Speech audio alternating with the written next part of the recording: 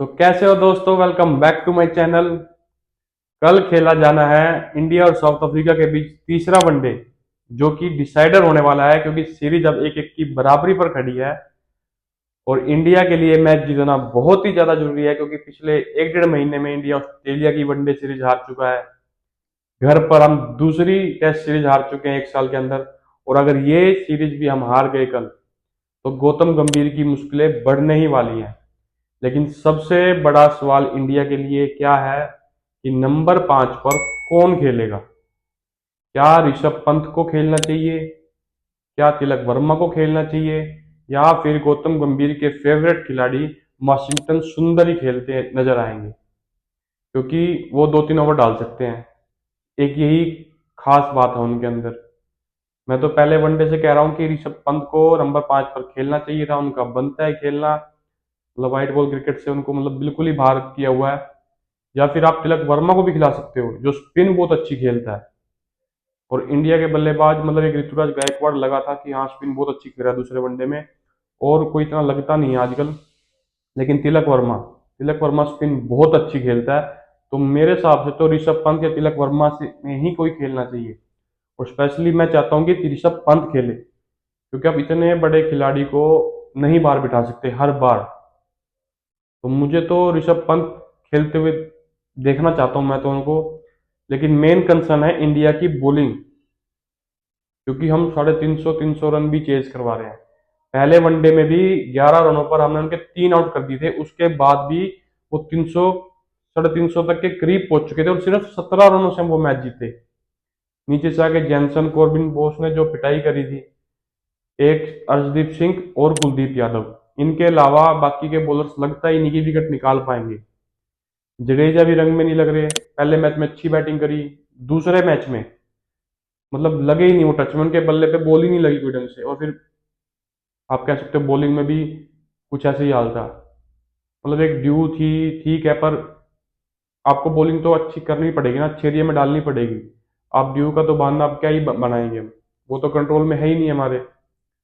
ना ठोस हमारे कंट्रोल में है, जो हम जीत ही नहीं पा रहे हैं।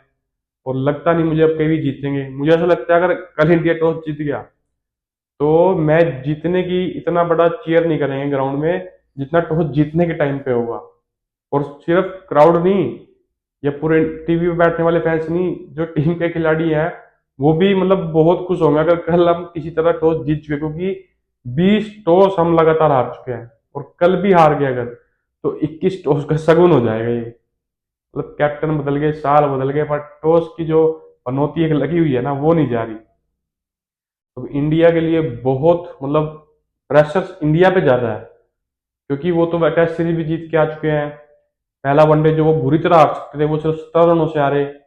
और दूसरा वनडे भी वो 4 बॉल रहते 360 रन उन्होंने बड़े ही आसानी से चेज कर लिए।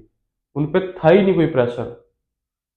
पहले मार्करम, फिर ब्रेविस, ब्रिट्स की, लास्ट में कॉर्बिन बोस, बड़े ही आसानी से उन्होंने मैच जीत लिया। इंडिया प्रेशर बना ही नहीं पाया। और इंडिया की थर्ड क्लास जो फील्डिंग चल रही है पिछले कुछ समय से, वो इंडिया को बार बार बार बार डिसअपॉइंट कर रही है। मेरी समझ के बाहर है कि सभी यंग प्लेयर है इतने, 2-3 सिर्फ रोहित, विराट, या नीचे से बुमराह, एक दो जो टीम में है, सिराज, इनको छोड़ के सभी नए लड़के हैं। और उसके बाद भी इतनी कैचेस छूट रही हैं, इतनी मिस फील्डिंग हो रही है। मतलब इन खिलाड़ियों को सोचना चाहिए। विराट कोहली, रोहित शर्मा इनसे बहुत बेटर फील्डिंग कर रहे हैं। और ये लोग, स्पेशली यशस्वी जायसवाल, उसका तो उसने तो जैसे फिक्स कर रखा है कि मैं तो हर मैच में मेरे पेस आएगी तो मैं 2-3 कैच तो छोड़ूंगा। और इंपॉर्टेंट कैच छोड़ता है वो हमेशा। टेस्ट मैचेस में हम देख चुके हैं उसने कितनी कैचे छोड़ी है और इंडिया को कितनी भारी पड़ी है। और वनडे में भी, दूसरे वनडे में भी हमने देख लिया। पर इंडिया का जो मेन कंसर्न है ना भाई, फील्डिंग फिर भी ठीक हो जाएगी, लेकिन प्रसिद्ध कृष्णा, इसका क्या करें भाई। आपने बॉलर की टीम में 3 सेलेक्ट किए हैं तो कोई चेंज भी नहीं कर सकते। ये भी नहीं बोल सकते कि यार इसको बिठा के दूसरा कोई खिला लो। 3 ही पेसर हैं सिलेक्ट किए गए टीम में, अब इन्हीं तीनों के साथ खेलना है। अर्शदीप तो अच्छी करा ही लेता है, अगर वो ऊपर से पिटेगा तो डेथ में अच्छी आगे करा लेता है। हर्षित राणा का क्या है, उसको नई बॉल मिल जाती है, थोड़ी स्विंग मिल गई तो विकेट मिल गई, वरना उसका भी प्रसिद्ध वाला ही हाल है।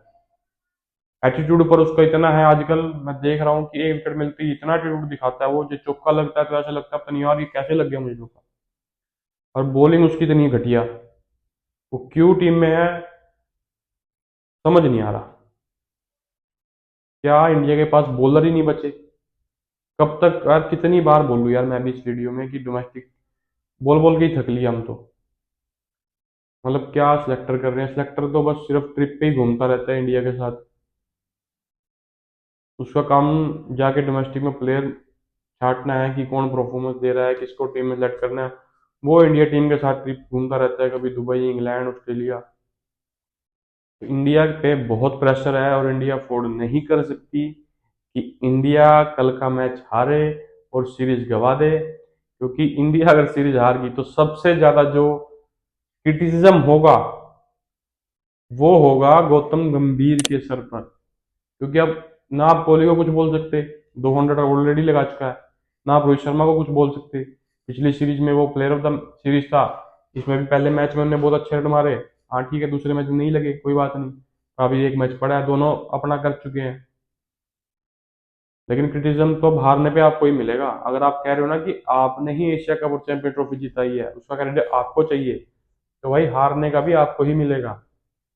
और वर्ल्ड कप आ रहा है, उससे पहले अगर कुछ गड़बड़ हो गई और इंडिया वर्ल्ड कप में नहीं जीत पाया, स्पेशली इंडिया के अंदर जो वर्ल्ड कप हो रहा है, तो आपकी उल्टी गिनती कंफर्म है। फिर आपको कोई नहीं बचा पाएगा। फिर आप मीडिया में आगे बोलते रहना मैंने ये जिताया, मैंने वो जिताया। कुछ नहीं जिताया आपने। आपने टेस्ट क्रिकेट का नाश कर चुके हो। वनडे की भी ये लंका लग चुकी है, थोड़ी थोड़ी बची हुई है विराट रोहित के वजह से। T20 का भी कुछ पता चल ही जाएगा 1 डेढ़ महीने में, अगर वहां भी आपने हरकतें नहीं सुधारी, नहीं बैटिंग ऑर्डर फिक्स किया, वही करते रहे आप पर्ची सिस्टम कि अच्छा आज किसकी पर्ची निकली, दुबे की, आज 3 नंबर पे तू जा। आज किसकी पर्ची है, तिलक की, आज तू जा 3 नंबर पे। वहां भी यही चलेगा तो वहां भी वर्ल्ड कप में बहुत बुरा हाल होगा।